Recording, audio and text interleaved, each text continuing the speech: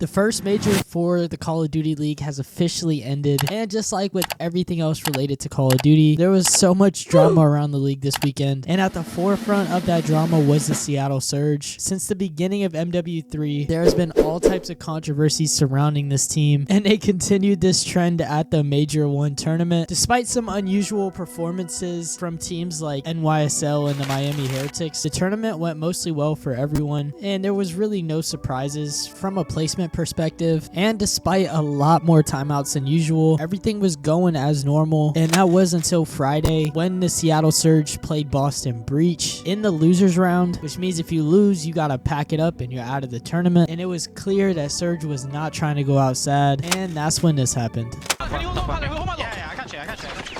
One top on me. Cap's going, yo, he might be running down mid. Cap might be running down mid. That's stair glitch? Is he stair glitch? Roll from middle, yeah. Oh. I'm not here to debate if the spot was allowed or not before he used it, but it did bring a glaring issue to a head because Seattle Surge has been using spots similar to this one and breaking gentlemen's agreements around the league pretty much since MW3 started. And at the beginning of the season, I feel like they were one of the most liked teams with their roster, but as of recently, they've been receiving a lot of criticism online. So I wanted to take a look at the most controversial team in the Call of Duty League right now and look through the short history of this roster to get a better idea of how we got here. October 16th, 2023, Seattle Surge announced their new roster of Abuzah, iLLeY, Arcitys, and Huke, with one of the OG COD pros as their coach in Rambo Ray. And looking at this roster on paper, they are a very competitive team with a pretty high ceiling, and if they popped off, they could easily win an event. I mean, you have Huke, who is a seasoned pro player who's been competing at the highest level for almost a decade, if not more. And during 2020, when we were all locked inside for COVID, him alongside his current teammate right now, iLLeY, got the chance to compete in COD Champs, which was an all-online tournament, and they ended up winning the entire thing, getting their first ring in the Call of Duty League. Shortly after that, he was bounced around the league until he got one of the biggest opportunities that he's had in his pro career, and that was to play on Optic Gaming shortly after Scump retired last year, and Huke had just been released from the Los Angeles Guerrillas, so the timing ended up being perfect, and Optic Huke was born. And although Optic didn't meet everyone's expectations last year, Huke established himself as one of the top tier SMGs in the league. But with the offseason rolling around and Pred and Kenny being available, Huke and Ghosty were released from the team this past offseason, and Huke found himself a spot on the Seattle Surge. So he's trying to continue to prove himself from last year, and that would not be possible without the rest of his teammates. Arcitys, like Huke, is a world champ, but instead of only winning a championship one time, he went for the 2P and won in 2019 and 2021. And if you watched Arcitys a few years ago, you know how dominant he was in the league. And I mean, I can't lie, the E United team was so stacked. Shortly after winning champs in 2021, and Arcitys found himself an extremely good deal with the Los Angeles Guerrillas, where he teamed with his former and current teammate Huke. But LAG ended up being a disaster.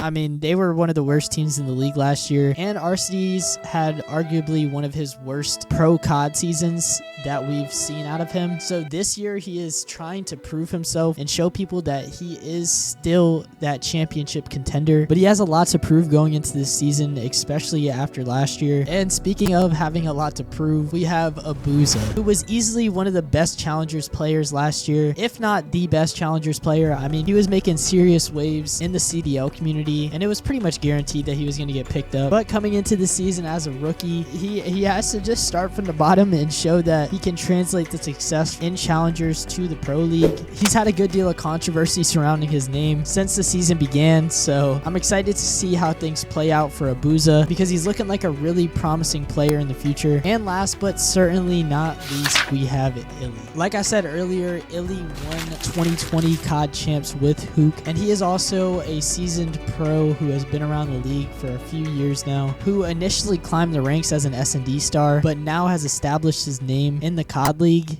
I have an entire video of iLLeY's entire professional career up until Modern Warfare 3, so if you're interested in learning more about iLLeY's competitive COD career, feel free to check that out. It'll be down in the description.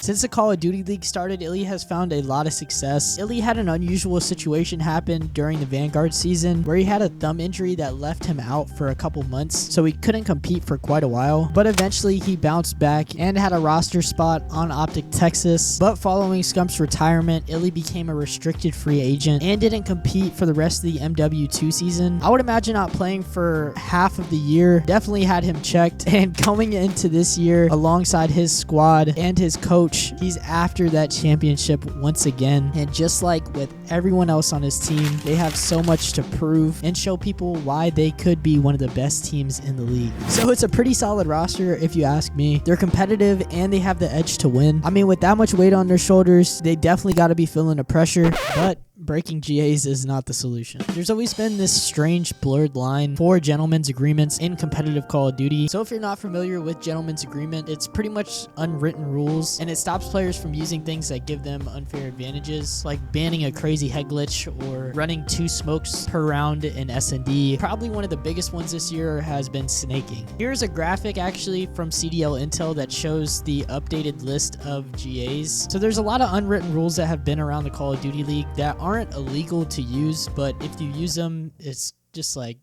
why are you doing that? But I think the biggest issue in pro Call of Duty is just how unorganized it is. You have one pro that says a certain spot is GA'd. You have another pro that says that it's not. You have situations where even if there is a GA, if the map comes down to the wire, there's been plenty of cases where teams break the GA in order to win the map. So sometimes it does bite you if the team decides they want to quote unquote cheat and break the GA in order to win the map. So I'm sure you can tell where it would get very messy with this whole gentleman's agreement situation. This year has been no exception. One of the things on the GA list was turning off the setting for automatic tactical sprint and single tap run. Turning these off makes the movement mechanics just a bit more difficult, and it came to the pros' surprise when they found out that Abuzah was willingly breaking this GA. It ended up coming out a few days later that he was breaking that GA. There has to be a punishment system in place. Like, you need consequences for breaking these unwritten rules, or else you could just break all of these GAs with nothing but criticism coming your way. So Accuracy and Envoy, who's been the spokesman for like the GA committee,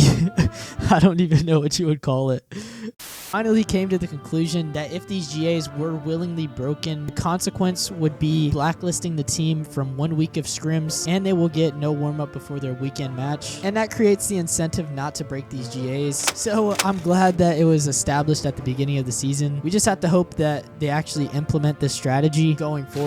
And I wish that I could say that was Seattle's only GA that they broke, but unfortunately, there's plenty more. For instance, Surge was playing Search and Destroy against Miami Heretics. So one of the GAs is that you can only use 1 smoke per round in Search and Destroy, but Seattle Surge willingly broke it, which was later confirmed through a VOD review. And then once again, during the Major 1 qualifiers, Huke was snaking harder than I've seen all year. I mean, it was insane. The form is looking good though, I can't lie. The form was clean. So as you can see, just during the Major 1 qualifiers, Surge already broke 3 GAs. Going into this past weekend during the LAN tournament in Boston, iLLeY using this stair glitch that I showed at the beginning of the video really brought all of their controversy to a head. Of course, there's been confusion about whether that spot was GA'd or not. Either way, that's not the point. And then there was a situation this weekend that happened with iLLeY that we just can't ignore. But there seemed to be something off during iLLeY's post-game interview, and it seemed like he was under the influence of something. He was just looking really sporadic and jittery, and I mean, this has been all over the place. Some of the pros have even commented on this situation. I liked what Tactical Rab said. He was pretty much saying that, like, regardless what happens at the major, we just, as a community, if he's going through anything, we just want iLLeY to be okay at the end of the day. And if he is using that, the people around him will offer that support to him and get him the help that he needs if that's really going on. Also, I don't know how the post-game interview works, but I don't even know why they would let him do the interview, but I don't know, man.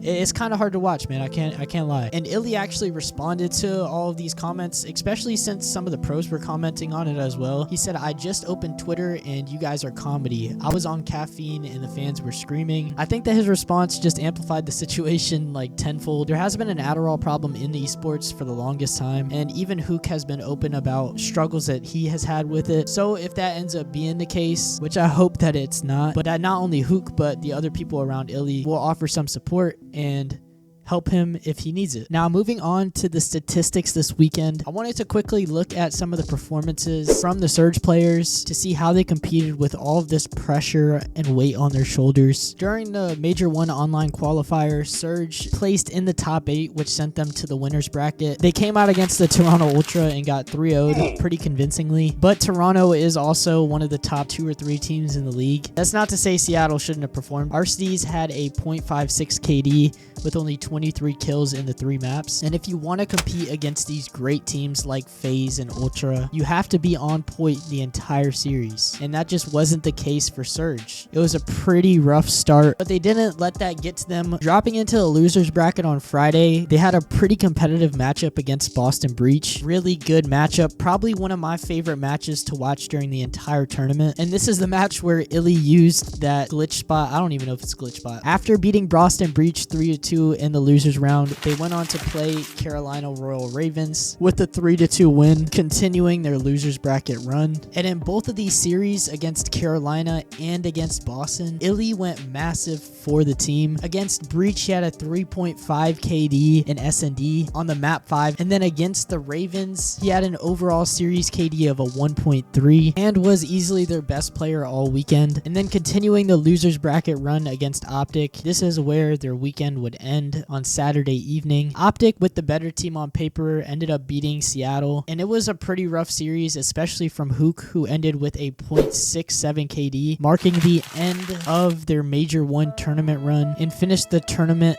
placing 7th. So now that the major is over, what is next for Seattle Surge? As it currently stands, they're in 6th place, and their upcoming schedule does look pretty good in my opinion. They only have 2 really difficult matchups going into the Major 2 online qualifier. One against NYSL, who has been struggling lately, but are still the former champs. And then in March, they play Toronto Ultra, so maybe they can bounce back from that 3-0 that they took during the LAN tournament. But other than that, their schedule looks pretty solid. And if they can improve as a team, figure out where they need to grow as individual players, could finish the Major 2 online qualifiers with a fairly high seed. But like I always say, only time will tell, and I'm excited for Major 2. Since the beginning of the season, Seattle Surge has been surrounded by controversy, so I'm sure these guys are feeling the pressure, but they can't give up. They gotta lock in and finish out the rest of the year strong, and I'm hoping for success for this team, as long as they don't break GAs. Okay. But this is why the Seattle Surge right now are the most controversial team in the Call of Duty League. If you guys enjoyed this video, I have a similar video to this one talking about the major problem ruining the Call of Duty League, where I talk about the entire CDL major schedule and some issues going on in the CDL that could mess this whole thing up. So you guys stay safe, have a blessed day, and I'll see you guys in the next one. Until then, peace.